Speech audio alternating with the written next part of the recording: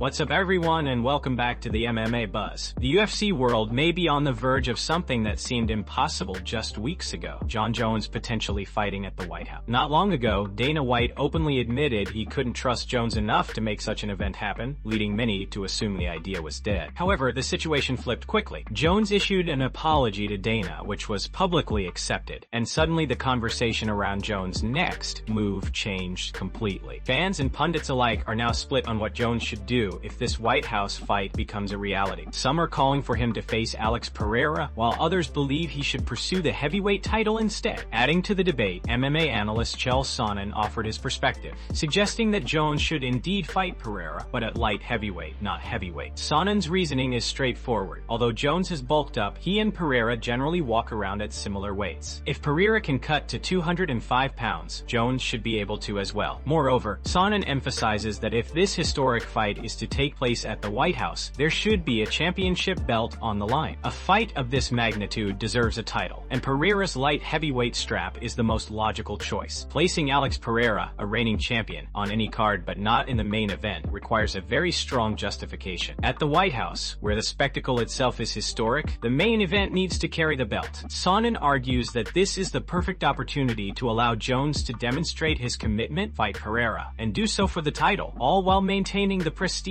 of the event. Cutting to 205 pounds isn't an unreasonable challenge for Jones. Historically, he walked around at roughly 228 pounds, slightly under 230, which is not significantly more than his weight during his light heavyweight championship reign. Even with additional bulk, he remains closer to his previous fighting shape than many might assume. By having Jones make this weight, the UFC resolves the central logistical concerns, creates a historic title fight, and provides a narrative befitting the occasion. Please subscribe to our channel and hit the bell icon for latest MMA updates. We truly value your support and needs your help to grow. Move on to another news. A major revelation has emerged from Russian media, sending shockwaves through the UFC world. Ozanbek Bade released a teaser of his latest interview with Arman Tsarukyan, and in it, Tsarukyan confirmed a heated encounter with Paddy Pimblett just hours after UFC Qatar. This altercation took place during the post-event period, where many top fighters were circulating through the same building, likely the official fighter hotel. While multiple incidents reportedly occurred that night, Tsarukyan was transparent about his experience. He clarified that the confrontation never escalated into a physical fight, but it did devolve into a tense and fiery verbal exchange between him and Pimblett. The timing of the incident adds an extra layer of intrigue. It came shortly after Tsarukyan secured a significant victory over Dan Hooker via submission, a win that is poised to have major implications for the lightweight title picture. Meanwhile, Pimblett appears to be moving in a different direction, potentially setting up a clash with Justin Gaethje. Multiple sources have confirmed that the UFC is actively preparing for Tsarukyan to face Ilia Topuria next, signaling that the promotion sees this matchup as a pivotal step for the division. Tsarukyan himself acknowledged the plan, revealing that the UFC has been firm about moving forward with these bouts. The organization is reportedly frustrated with Justin Gaethje's demands for a title shot and threats of retirement, which have contributed to months of stagnation in the lightweight division. However, the upcoming matchups, Tsarukyan versus Topuria and Pimblett versus Gaethje, could finally shake up the top 5, creating meaningful movement and fresh opportunities for the fighters involved. If these fights come together as expected, they will reopen the title picture and provide fans with long-awaited, high-stakes action. Tsarukyan's candid discussion in the interview sheds light not only on the interpersonal tensions between top contenders, but also on the larger dynamics within the division. The combination of intense rivalries, pivotal matchups, and championship implications sets the stage for a thrilling next chapter in UFC lightweight competition, one that could redefine the landscape and energize the fans after months of uncertainty. Move on to another news.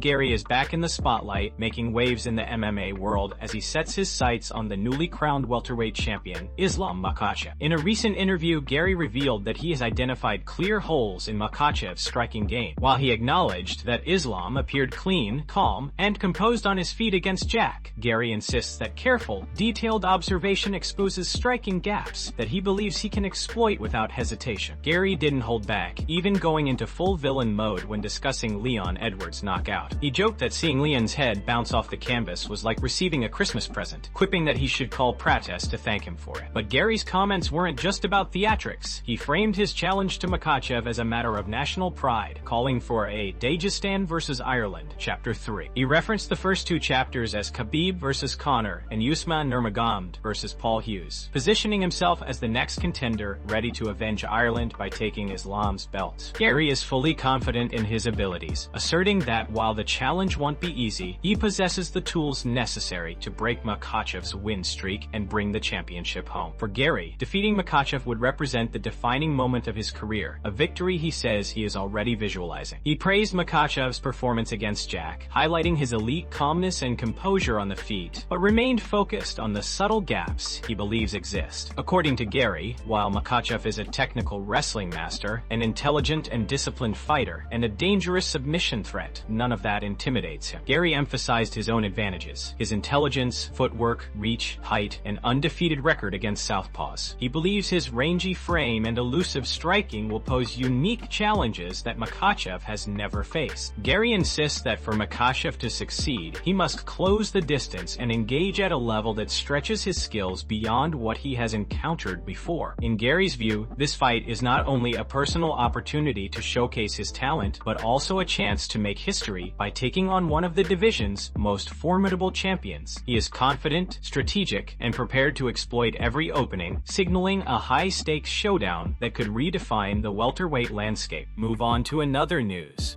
Daniel Cormier recently dropped major updates regarding the UFC lightweight division, sending the MMA world into a frenzy. First, he revealed that the UFC had seriously considered booking Justin Gaethje versus Paddy, a fight fans have speculated about for months. More importantly, Cormier emphasized that the fight that truly needs to happen is Ilia Topuria versus Arman, a matchup with significant implications for the division's hierarchy. These updates align closely with reporting from Spanish media. Journalist Alvaro Culmano, known for his reliable coverage of Topuria news, confirmed a major shift in the UFC's plans. According to Culmano, Ilia will not compete in January, and a February return also seems highly unlikely. He anticipates a return in spring, meaning the only matchup that realistically fits the timeline is against Tsarukyan, a fight that multiple sources had already hinted at. Although rumors have circulated suggesting that Topuria might vacate the lightweight title, no concrete information confirms that. For now, all signs point to Ilia versus Arman happening later in the year, rather than at the start as originally expected. The lightweight title picture remains complex and highly competitive.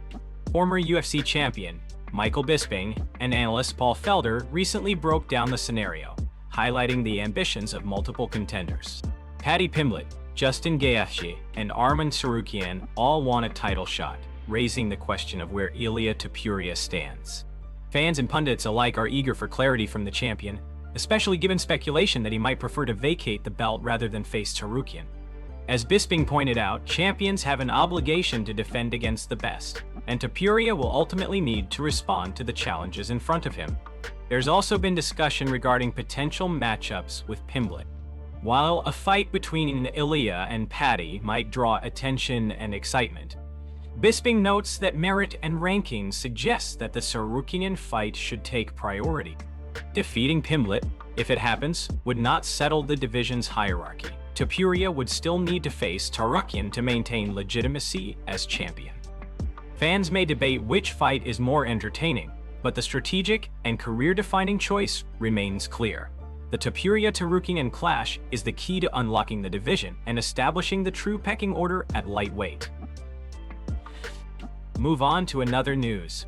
Joe Rogan has shared his candid thoughts on the upcoming boxing matchup between Jake Paul and Anthony Joshua, expressing skepticism about Paul's chances. When asked about the fight, Rogan described it as one of the most extraordinary propositions in recent boxing history. He emphasized the stark contrast between the two fighters, pointing out that Jake Paul's most recent bout resembled little more than a sparring session with a 58-year-old Mike Tyson, while Anthony Joshua remains one of the most feared knockout artists in the heavyweight division. Rogan highlighted that Joshua's record and skill set make him a formidable opponent, particularly for someone like Paul, who lacks experience at the elite level. To illustrate Joshua's capabilities, Rogan suggested reviewing his fight against Francis Ngannou, noting that it serves as a clear example of what Joshua can do against fighters who are not on his level. He also reflected on Joshua's previous defeats, acknowledging that he was beaten by Alexander Usyk, one of the most technically gifted heavyweights of all time, and was dropped and stopped by Andy Ruiz Jr. in their first encounter.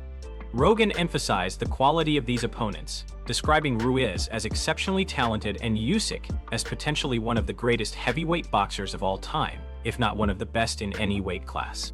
Despite Joshua's setbacks, Rogan made it clear that the gap in experience and skill between him and Paul is substantial. He framed the matchup as highly risky for Paul, suggesting that the fight could be a severe test of the YouTuber-turned-boxer's abilities.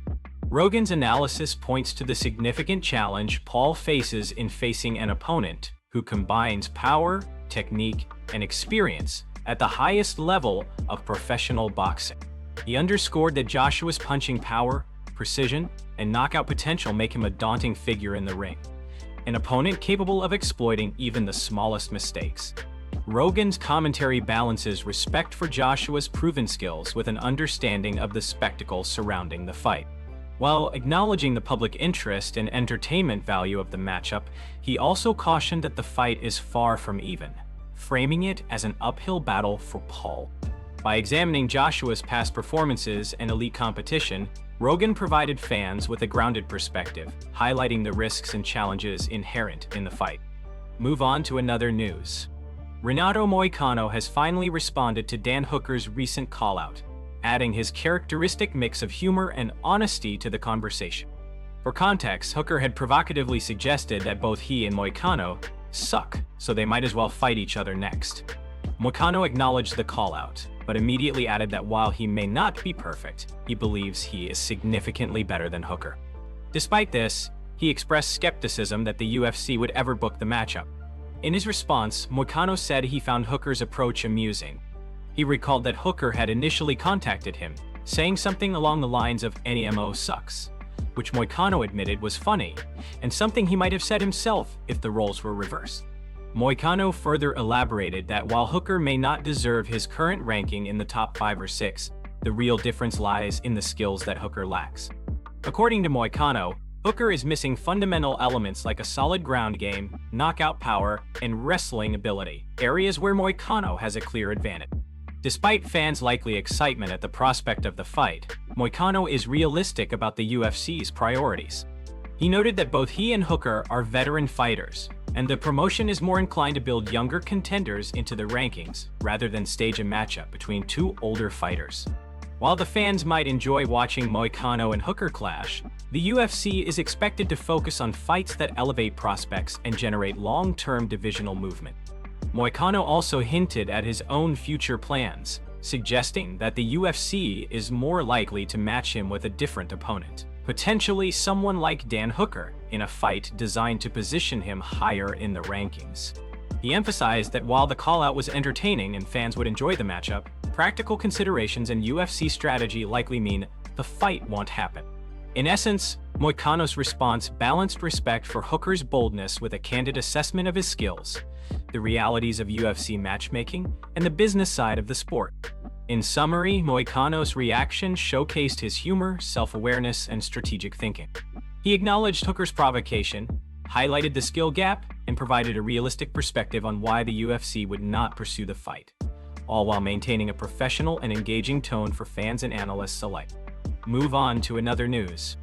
Merab Dvalishvili admits that Petr Yan has started to grow on him ahead of their rematch at UFC 323 next month. Reflecting on their first fight, Merab explained that the buildup was filled with tension, bickering, and real animosity. At the time, he even said there was only one fighter he could never accept losing to, Petr Yan, joking that he'd kill himself if that happened. But Merab's perspective shifted after the fight. He said that once you defeat someone, a strange mentality kicks in. You begin rooting for them in their future fights, because their success makes your victory look even better. After beating Yan, Merab found himself cheering for him in all 3 of his subsequent appearances. He wanted Yan to win, to perform well, and to remind fans how tough of an opponent he really is. Merab also acknowledged that he had engaged in a lot of trash talk before their first meeting. With time, however, he began to genuinely like Yan. He said it became hard to stay angry at someone who remained respectful, even when calling him out for the rematch. Merab laughed about the situation, admitting that part of him feels like he should be mad again to get into that competitive mindset. But it's difficult now that his view of Yan has changed. Move on to another news. Jon Anik believes Bilal Muhammad needs to rely more heavily on his wrestling if he wants to keep up with the rising wave of top welterweights. Speaking candidly, Anik said it can be difficult to analyze Bilal with a critical eye because of their close friendship. But he agrees with Bilal's admission that there is still work to be done. According to Anik, that work likely means dedicating significant time to developing a Dagestani-style wrestling base over the next few years. Anik emphasized that Bilal is already an outstanding striker, but no one becomes a world champion by being a one-dimensional fighter. In his view, the future of Bilal's success should be rooted in maintaining and sharpening his wrestling, with striking used as a setup rather than the primary path to victory. He believes Bilal's best chance against elite welterweights lies in getting fights to positions where he can dominate physically, control his opponents, and potentially suffocate their offense. Former fighters agreed with Anik's assessment, saying that it's refreshing to hear an athlete like Bilal speak honestly about his weaknesses. They noted that recognizing gaps in your game is the first step toward real growth. According to them, Bilal is likely thinking along the same lines, focusing on improving his wrestling foundation and using his striking to create openings for takedowns and grappling sequences. In their view, adopting this approach is essential if Bilal wants to remain competitive at the top of the division, especially as new, highly skilled contenders continue to emerge.